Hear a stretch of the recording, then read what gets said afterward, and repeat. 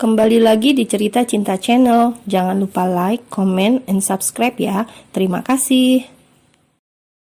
Caca, kamu gak makan sayang? Tanya Tamara saat memasuki kamar Caca dan Dimas. Enggak mah, Caca mau nungguin Mas Dimas aja, kata Caca lirih.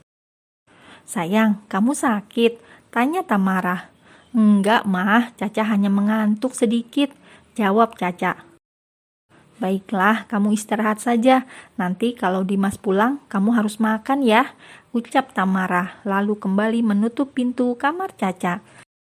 Sedangkan Dimas kini sudah berada di dalam kamar di rumahnya. Ia merasa sangat lelah akibat pekerjaannya seharian ini di kantor.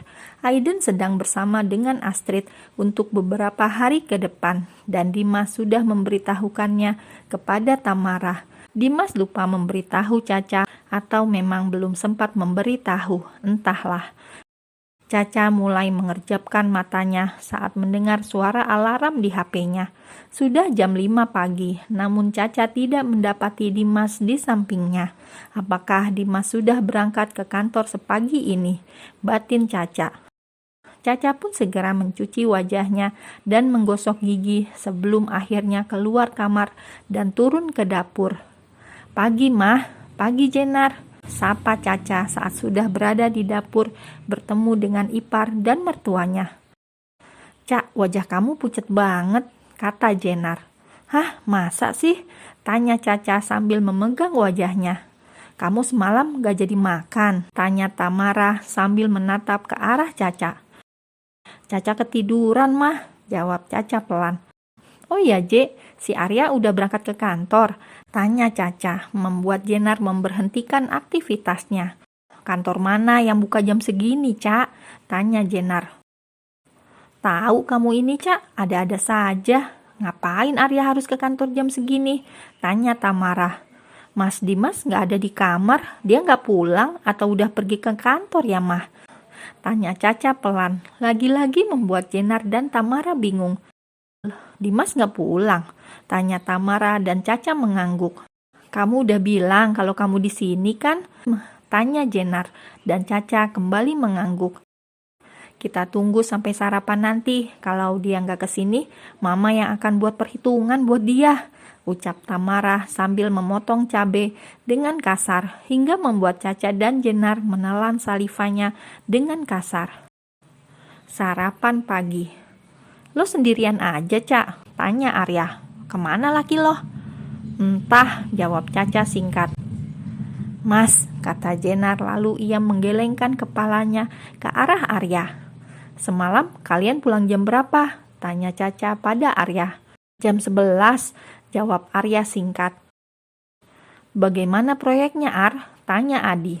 Lancar dong, Pak. Tinggal sedikit lagi. Paling kurang dari seminggu selesai, jawab Arya. Baguslah, kata Adi senang.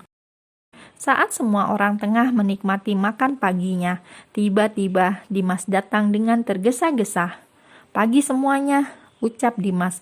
Lalu ia segera mendudukkan dirinya di dekat Caca. Kemana aja kamu? Udah tahu istri di sini, malah nggak pulang ke sini, semprot Tamara. Dimas kecapean mah, Dimas juga lupa, nggak buka HP, makanya nggak tahu Caca di sini, ucap Dimas. Maaf sayang, kata Dimas pelan, hendak mencium Caca, namun Caca segera menghindar. Sayang, maaf, Mas benar-benar nggak buka pesan kamu, maaf, ucap Dimas tulus dan hendak meraih tangan Caca, namun Caca segera menepisnya. Mampus, ucap Arya tanpa suara ke arah Dimas sambil menahan tawanya. Sial, balas Dimas tanpa suara juga menatap ke arah Arya. Sayang, kata Dimas.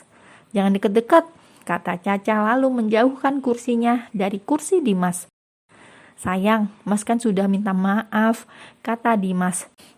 Ih, dibilang jangan deket-deket, kamu itu bau, aku gak suka, seru Caca.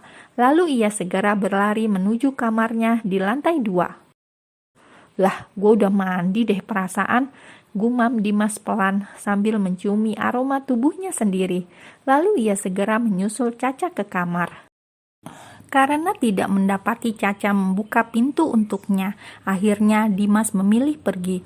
Mungkin Caca memang butuh waktu. Dimas terus mengirimi pesan WA kepada Caca, menjelaskan bahwa ia memang benar-benar lupa. Namun Caca hanya membacanya saja, tanpa membalasnya, membuat Dimas mengerang frustasi. Makanya jangan main api kalau nggak mau kena asap, ucap Arya sebelum masuk ke dalam mobilnya. Jangan coba-coba nyalain api di dekat bensin, Kak. Nanti meledak, kakak sendiri yang kena, kata Jenar. Lalu ia masuk ke dalam rumah.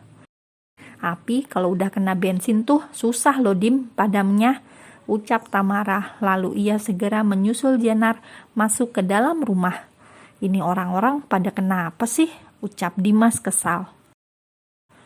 Caca yang mendapati telepon dari Leona merasa sedikit terhibur dan senang. Caca segera pamit kepada Tamara bahwa ia akan menemui Leona. Caca dan Leona kini berada di sebuah mall untuk merefresh otak mereka. Caca, kamu kenapa? Tanya Leona yang sedari tadi melihat Caca banyak melamun. Ah, nggak apa-apa kok kak, kata Caca mencoba tersenyum. Ayolah Cak, cerita ke kakak, ada apa? Tanya Leona. Kak, baru Caca akan bercerita. Matanya langsung membulat sempurna kala menangkap pemandangan yang benar-benar membuat jantungnya kembali berdisko. Ada apa? Tanya Leona. Kak, temen Caca yuk, kata Caca langsung menarik tangan Leona. Caca mau kemana sih? Tanya Leona. Caca meletakkan jarinya di bibir sebagai isyarat bahwa Leona harus diam. Langkah Leona dan Caca berhenti tepat di sebuah toko perhiasan yang cukup terkenal di mall itu. Caca mematung di tempat kala melihat Aiden dan Dimas antusias memilih perhiasan dengan seorang wanita yang ia yakini adalah ibu kandung Aiden dan mantan istri Dimas. Tanpa sadar, Caca kembali meneteskan air matanya. Dadanya begitu sesak dan perih melihat pemandangan itu. Caca, itu bukannya suami kamu? Tanya Leona geram karena melihat Caca menangis. Kita pulang kak, kata Caca lirih. Cak, kita beri pelajaran dulu sama mereka, kata Leona kesal. Enggak kak, kita pulang aja, kata Caca lirih sambil menggeleng-gelengkan kepalanya. Baiklah, tapi kamu gak apa-apa? Tanya Leona. Caca gak apa-apa kak. Makasih ya, kakak udah menghibur Caca hari ini, kata Caca pelan. Cak, kata Leona pelan. Oh iya, bagaimana kabar mama? Pasti kakak sudah pulang ke rumah kan? Tanya Caca mencoba mengalihkan pembicaraan sambil berjalan menuju lift. Mama sehat, kata Leona pelan sambil matanya terus menatap ke arah Caca. Kakak, jangan lihat Caca kayak gitu. Caca gak suka dikasihani, ucap Caca datar. Kamu mau bertemu mama? Tanya Leona, membuat langkah Caca terhenti. Apa mama mau bertemu Caca? Tanya Caca. Leona hanya terdiam. Ia tidak bisa menjawab pertanyaan Caca hingga membuat Caca terkekeh. Sudahlah, yuk kita ke kafe Kak Fahmi aja, kata Caca. Fahmi dan Leona belum jadi kembali ke luar negeri karena keadaan Leona hamil dan tidak diperbolehkan melakukan perjalanan jauh. Saat Caca dan Leona sudah berada di depan mall dan menunggu taksi, tiba-tiba Caca dan Leona melihat Lana tengah bertengkar hebat dengan seorang laki-laki paruh baya yang sangat Caca kenal. Mama, ucap Leona. Dedi, ucap Caca, lalu keduanya berpandangan sebelum akhirnya mereka dikejutkan oleh teriakan Lana dan orang-orang sekitar. Ah, brak, Mama, teriak Caca dan Leona bersamaan, lalu mereka berlari ke arah Lana. Caca dan Leona langsung menuju rumah sakit di mana Lana dibawa. Keduanya sama-sama menangis kala melihat orang yang melahirkan mereka tertabrak mobil tepat di mata mereka sendiri. Dan Cakra tentu saja dia juga syok, hanya percecokan kecil berakhir seperti ini. Apa yang sebenarnya terjadi, Dad? Tanya Caca. Dedi hanya ingin menanyakan keberadaan kamu, sayang. Tapi seperti biasa, mama kamu malah membuat Dedi marah. Maafkan Dedi, ucap Cakra lemah. Kenapa Dedi ingin mencari Caca? Tanya Caca lagi. Sayang, maafkan Dedi, ucap Cakra. Dedi ingin mengajak kamu kembali ke Itali karena Cherry ingin bertemu dengan kamu. Dedi mohon sayang, ucap Cakra membuat Caca tersenyum getir. Cherry, gumam Caca pelan. Sayang, Cherry sudah mulai sembuh, operasinya berhasil dan ia ingin bertemu dengan kamu, kata Cakra. Oh, kata Caca. Caca mau kan ikut Dedi ke Itali lagi? Tanya Cakra. Maaf, Ded, Caca sudah menikah dan mama Caca sedang sakit. Caca tidak bisa kemana-mana, kata Caca. Cak, kamu masih peduli dengan Lana? Ucap Cakra tak percaya. Kenapa dia mamah kandung Caca, orang yang telah melahirkan Caca, kata Caca. Tapi dia tidak pernah menganggap kamu ada, sayang, kata Cakra. Itu hak mama, ucap Caca datar. Caca pulang ke rumah mertuanya dengan langkah gontai. Sungguh ia merasa sangat lelah hari ini. Tidak hanya hati, namun juga pikirannya sangat lelah. Caca, kamu dari mana? Jam segini baru pulang? Tanya Jenar. Caca langsung memeluk tubuh Jenar dengan erat. Hei, ada apa? Tanya Jenar. Nggak ada apa-apa, gue lagi pengen nangis aja, kata Caca sambil menangis. Jenar pun akhirnya membawa Caca untuk duduk di sofa. Jam sudah menunjukkan pukul 10 malam, namun suami mereka belum ada yang pulang. Katakan, ada apa? Tanya Jenar lembut. Ternyata Aiden menginap di rumah mama kandungnya, kata Caca. Lah, kan dari kemarin Kak Dimas udah ngomong, Cak, kata Jenar seketika membuat Caca langsung menatapnya. Dia ngomong ke kamu, tanya Caca. Enggak sih, dia ngomong sama mama, kata Jenar. Tapi kenapa dia nggak ngomong ke gue, Apa gue benar-benar istrinya? Tanya Caca. Sabar, Cak, mungkin Kak Dimas lupa, kata Jenar.